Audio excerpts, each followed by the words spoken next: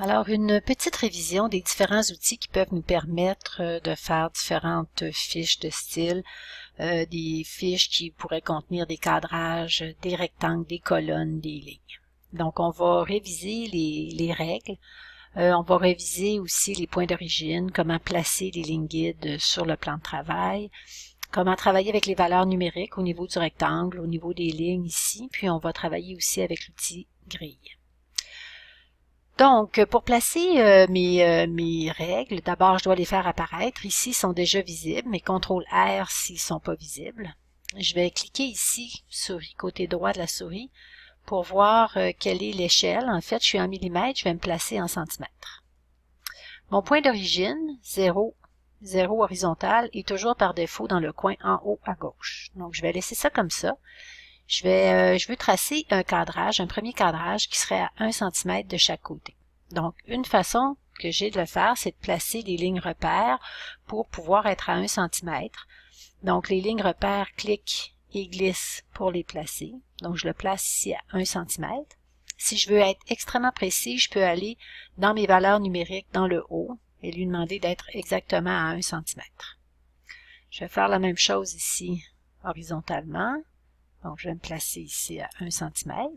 Et pour placer les autres lignes repères, je vais venir déplacer mon point d'origine pour le mettre dans la section en bas à droite. Donc, le point d'origine ici pour avoir mon 0 de ce côté-ci.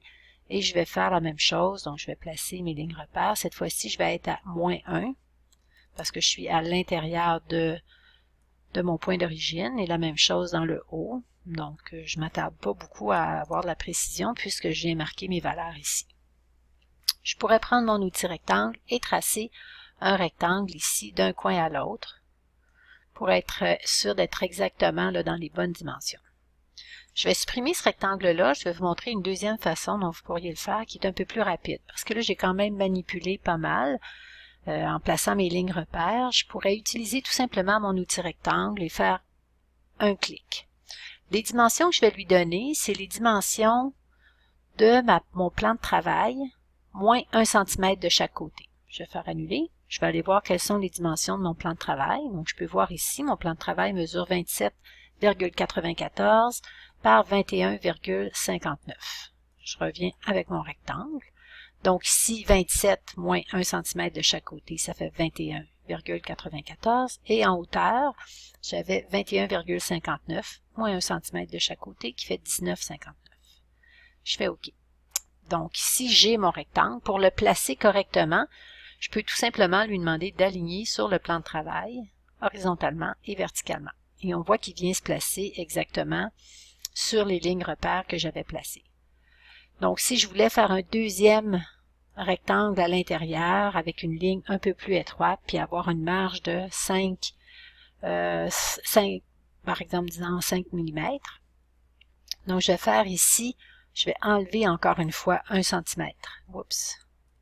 24,94 par 18, ça va me donner ici 1,5 cm en largeur, en hauteur. Je vais faire OK et je vais aligner encore une fois, centré, centré. Donc, j'ai une marge de 1, une marge de 0,5. Maintenant, si je veux placer une série de lignes et de colonnes, je peux utiliser ici mon outil grille. Donc, en double-cliquant, je peux voir les paramètres ici de mon outil. Les séparateurs, c'est le nombre de lignes verticales et horizontales qu'il va y avoir à l'intérieur de mon rectangle. Si je veux avoir, par exemple, horizontalement, si je veux avoir 4 lignes, je vais avoir 3 séparateurs et verticalement, si je veux avoir 5 rangées, je vais avoir 4 séparateurs. Je fais OK. Et là, je peux tracer, clic et glisse. Et je peux voir 1, 2, 3, 4. Et dans l'autre sens, j'en ai 3 qui séparent horizontalement. Si je veux avoir une mesure qui est plus exacte, je peux venir encore une fois jouer ici avec mes hauteurs, mes largeurs du rectangle total que j'ai tracé. Donc, si je voulais avoir une mesure qui est un peu plus précise, je pourrais dire je veux que ce soit 6 cm de haut. Et en déplaçant à 6 cm de haut, évidemment, je suis plus alignée là, sur mon rectangle. Donc, si je voulais aligner complètement cette nouvelle grille-là que j'ai faite sur mon rectangle ici de base, je vais lui demander de faire un alignement, mais à partir d'un objet clé. Et je vais sélectionner le contour ici de ma marge comme étant mon objet clé.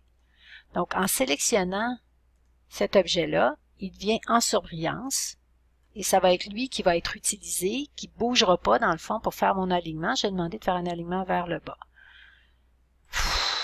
Oh, là, il y a une petite partie qui n'a pas bougé, alors on va recommencer. Je vais aller ici dans mes calques, je vais faire ma sélection.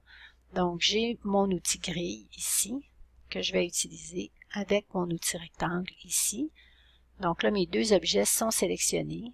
Je vais demander d'aligner sur l'objet clé.